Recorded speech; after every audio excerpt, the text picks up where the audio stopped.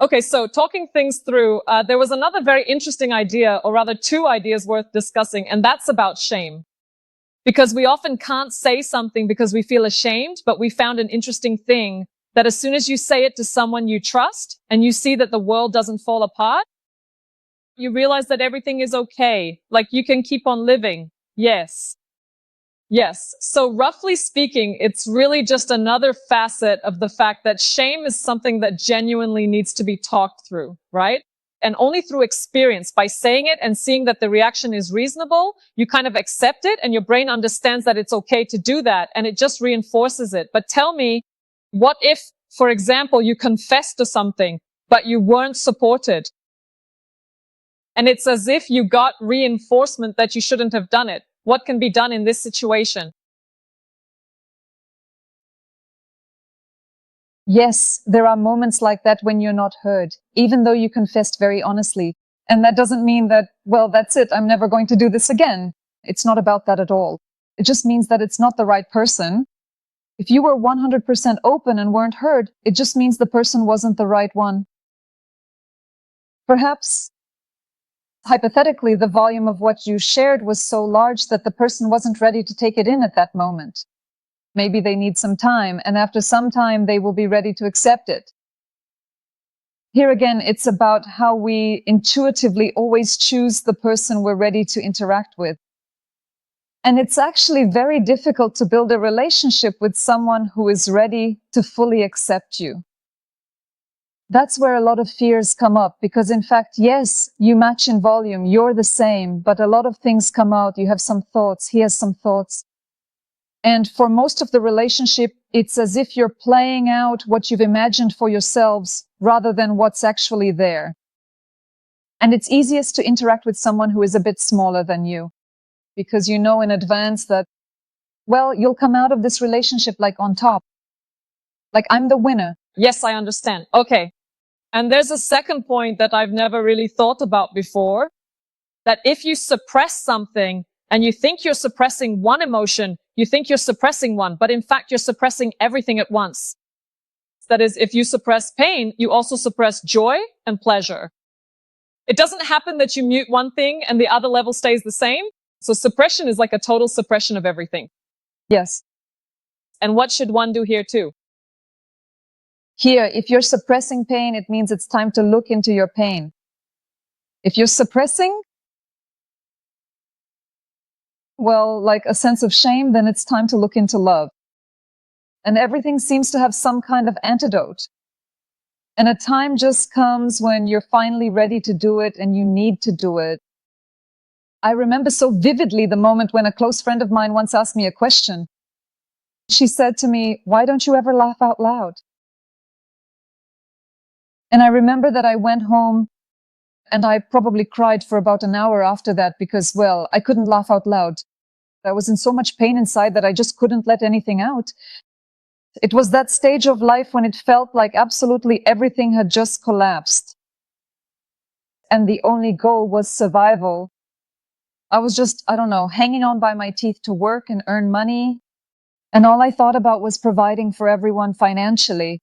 Nothing else mattered to me. I didn't think about needing to laugh, to rejoice, or to be happy.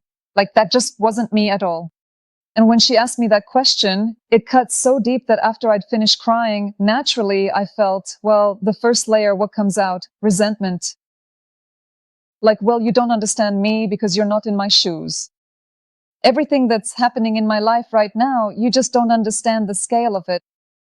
But when that layer passes and you look again, it's my vulnerability. I looked beyond the vulnerability to see what was there. And I realized that there, it's me, the one who laughs very loudly, who can be joyful, who can be happy, and who can find pleasure, basically, in everything that's happening. But it was so scary to allow it. I'd like, probably as we get closer to the end, to share another very important observation from there, which was that people who feel loved simply believe they were worthy of love. How do you see that in your work with people? I see it very clearly. A woman is very different since I've mostly worked with women. Yes, there are men, but not that many. It's mostly been women. You can really see it in them when they have love within them and feel they're worthy of it, and when there's none at all, and when there's just nothing to fault. It's just perfect. Either super smart or like, I don't know, great bloggers or great employees or politicians. I mean, they're like so cool, so cool. You know, they work out, they do everything under the sun. Good mothers. They have good husbands. The family picture, it's just great, and they're great. But when the moment comes, when it's about the ability to just be happy, there's emptiness inside. And you look at them and you realize that they're empty inside. They're very good at creating this image, but inside they're very empty. What's surprising is they lead a huge number of people, and everyone admires them and tries to be just like them. But those who can feel, they understand that there's some kind of fakery here. Like the person is speaking, but something there is just off. And this off thing is exactly about the fact that there's no love inside. What does it give? What does it give us at all? This feeling of love, no matter how sad it is, yes, our parents give us this feeling of love. The way they treated us, the way they invested their love in us, we carry that through life later on. And this huge difference, I probably realized it right at the stage when things were very hard for me, my only obsession was to make money. I saw it in the way I act and how other people act. I mean, in me, there was this core belief that I'll succeed, I'm allowed, and I'm worthy of it. And literally, I don't know, in a short period, 2 or 3 years from having no money at all, we grew very sharply because I sincerely believed in it. And I even remember my colleagues, my friends, who asked me where it comes from. I couldn't understand it until I basically went into therapy myself. And digging deeper, I realized that it was simply instilled in me. Just like you were telling about your princess. So why did you decide you're a princess? I don't know, but my dad adored me so much in my childhood. Same here. Exactly this foundation that I'm worthy, I'm allowed, and I can get it. My dad instilled that in me too. It's some kind of amazing connection. I also recently read a study that it's actually women who pass on mitochondria. And so, to a large extent, how a boy grows up depends on what kind of mother he has. And how a girl grows up still depends on what her dad gave her. And those girls who received their father's love, they're still affectionate and they still believe in some kind of magic. They'll still think that they're worthy of it. And boys whose mothers saturated them until a certain age. Again, this love, and then just stepped back and treated them with respect. Just like men, they also grow up to be the kind of men who don't get too caught up in these games of the mind. So they're more well-rounded. They're more respectful because they respected their mother. So the picture there is different. And here, I guess what I want to say is not to get it too confused. There's a line everywhere. There's a line everywhere when they've been spoiled too much and the child is turned into who knows what. There's a line everywhere of not being loved enough. Well, it's about the golden ratio. You really have to try to be somewhere, ideally, in this particular range of what is known as the golden ratio.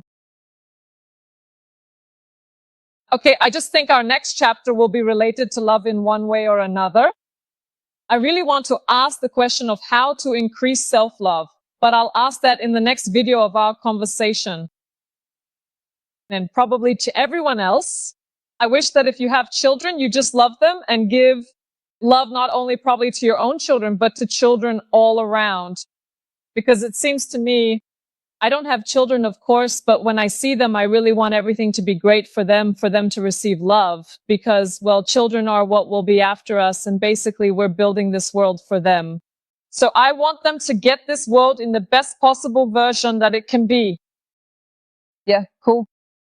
Absolutely agree. I'll just support that by saying for those who have children. We can truly show them our lives when we can show them our vulnerability too. It was a moment when my eldest son told me, well, Mom, you're perfect. There's just no faulting you. You have this and this and this and this and this. You can do that and you can do this. That was the moment when I realized that I'd made a mistake somewhere. That was about 2 years ago.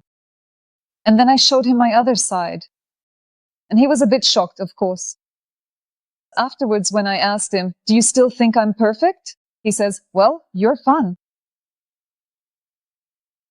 So probably when he sees that I can actually be different, he'll, in his own way, internally allow himself to be whoever he truly wants to be, too.